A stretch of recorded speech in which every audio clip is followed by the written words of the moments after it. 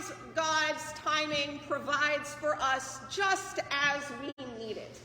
And so as we sit here in hopefully the last dregs of winter and Kenyan spring break has come to an end and we have a last slog of, 6 or 7 weeks to the end of the semester, Apple TV has come through with the long-awaited third season of Ted Lasso, which is really what I need in my life at the moment. And if you have not, I'm going to do one of my TV plugs here, that if you have not yet watched Ted Lasso, it is absolutely my #1 recommend. Like, I have no other show that for me, every time I watch it, I just scream on the couch. Lehman can attest to this, of there's a Bible reference here, this is a scriptural story, there is a whole sermon to be made from the third season premiere about the power of turning the other cheek. It's wild. Please watch it. But one of my favorite moments is in the first season, where so the premise of the show, if you haven't seen it, is Ted Lasso is a second-tier American football coach who goes to England to coach Premier League soccer. And it sounds like it should be a ridiculous premise, and it has become a show about the power of disciplined kindness and decency and bringing out the best in people through the strength of just kindness and love and forgiveness and grace.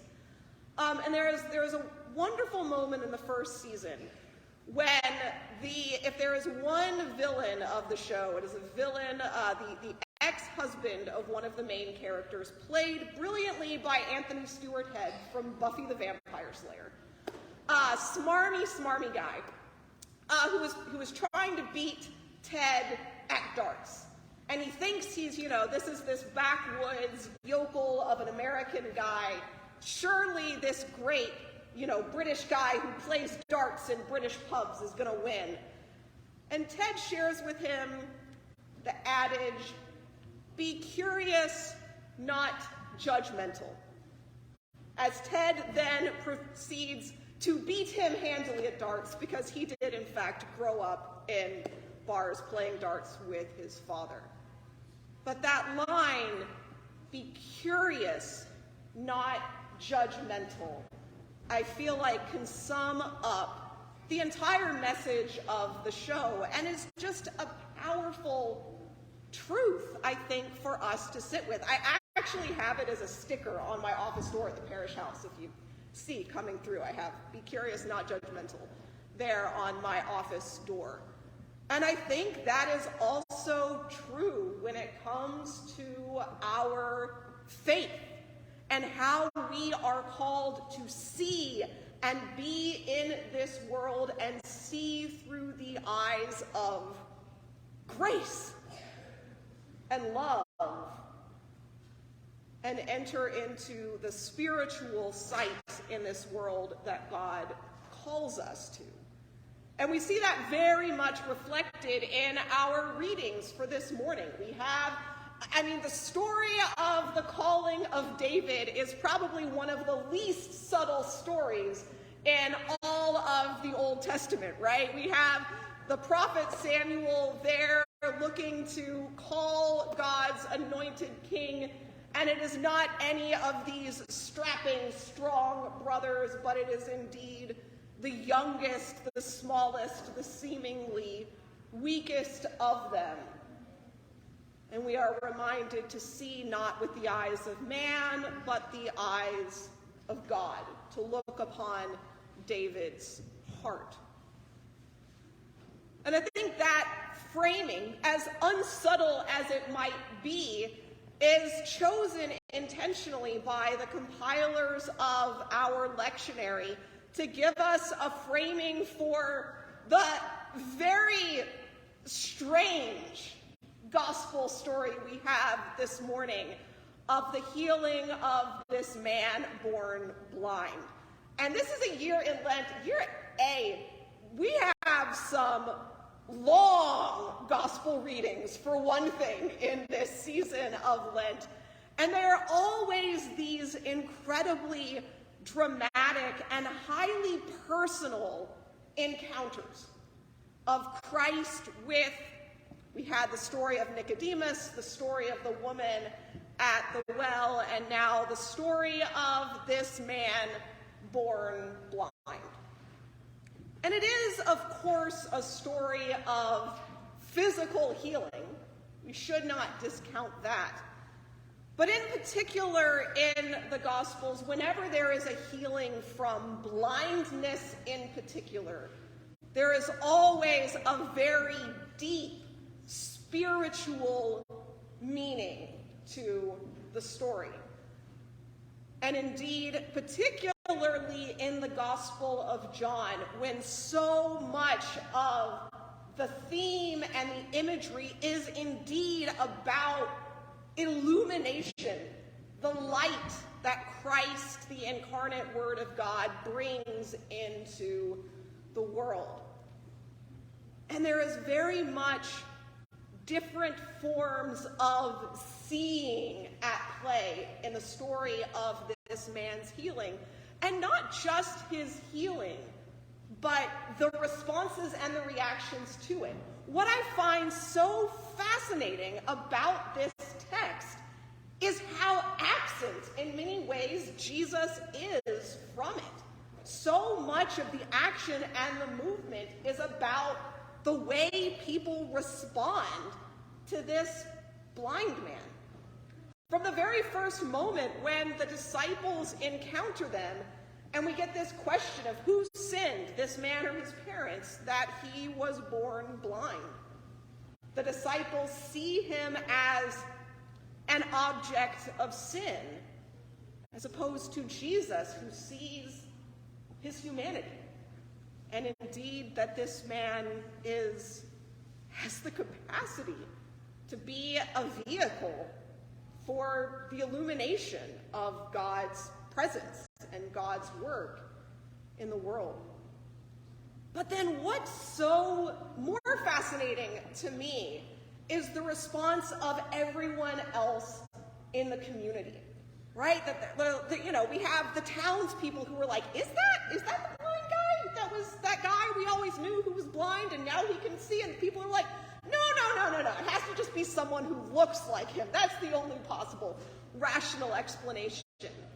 And then we have the responses from the established religious authorities, who it seems like go out of their way to come up with any rational explanation or a way of excusing away this miracle to fit within their framework and understanding of the world, right?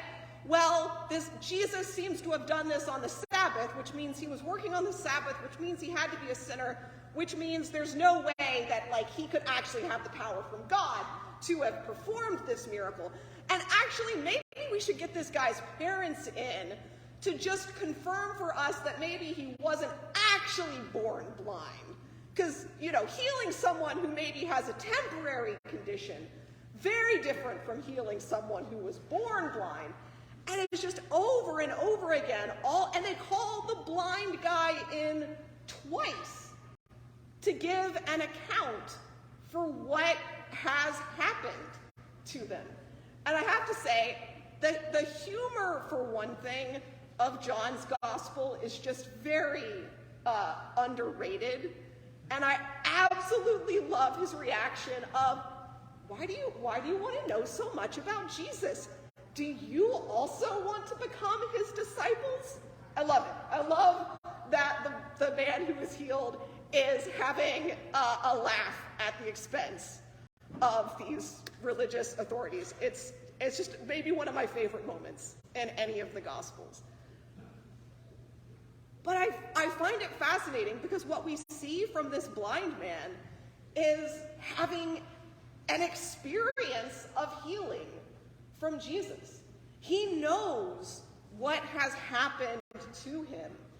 And while he cannot explain it while he can't provide any rational reason for it, he knows the truth of what Jesus has done.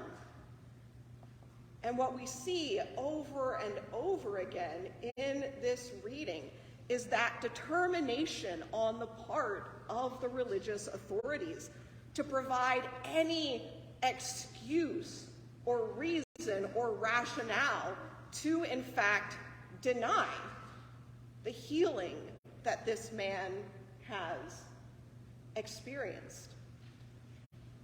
And I do want to sit with a reason why John may have framed the text this way.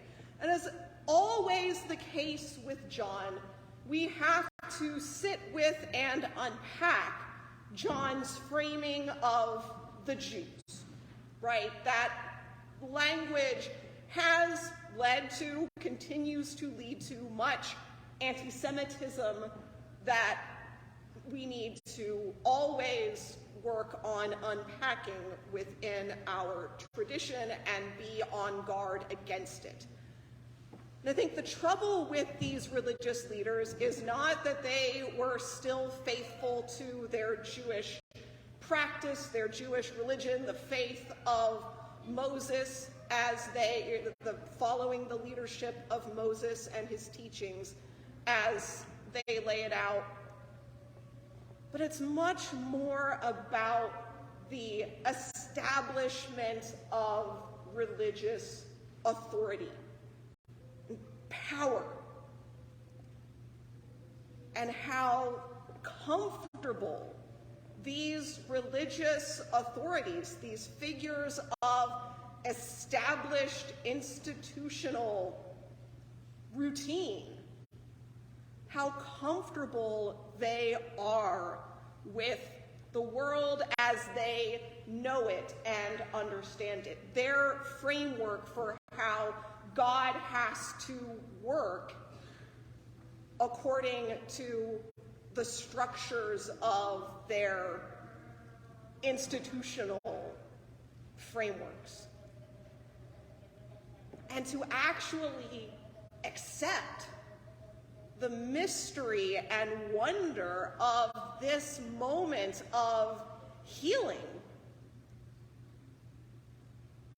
would require an acceptance of God's work, activity, healing outside of that framework in a way that would likely be incredibly threatening to a very established, set, institutional framework of religion.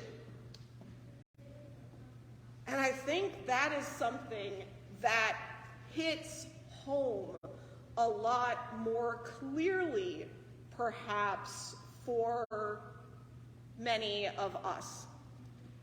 How easy it is when we are operating from a framework of our faith, which is often highly institutionalized, structured, comfortable. How easy it then becomes for us to operate, I think, very often from what we might frame as that place of judgment as opposed to curiosity. And here's where I am just going to give myself permission this morning to jump on one of my occasional soapboxes, which is when I'm going to get on one of my soapboxes about what I often find to be the case in mainstream Protestantism, mainstream Christianity, what we might often see as sort of the progressive or more liberal side of the Christian faith, is that I think sometimes, for all that we like to pride ourselves on being a church that says, don't check your brains at the door, and we are open to questioning our faith, we're open to questioning the scriptures, as well we should. I think sometimes we can enter into a place of a different type of judgmental and indeed uncurious Christianity in ways that are very insidious, where something that we find hard to believe, mystical, mysterious, we try to explain away through rationality, rather than allowing ourselves, challenging ourselves to enter into, in fact, the wonder and mystery of God. Here is a little bit of a story time. When you are going through the process of ordination, I have found it can be the case that these, interviewing bodies decide what your issue is going to be that you're going to have to account for, right? What do you need to get sorted out in yourself in order to be signed off on to become a priest? And this is a true story. The number of times I had to account for having a PhD. My PhD and my academic background was seen as a liability to my capacity to be a parish priest.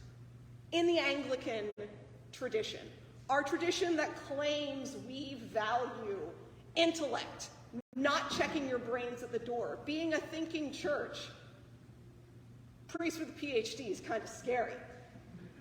And I think we sell ourselves short.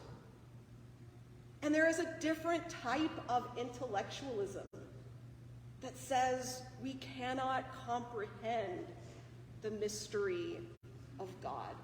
We cannot comprehend the fullness and wonder of God.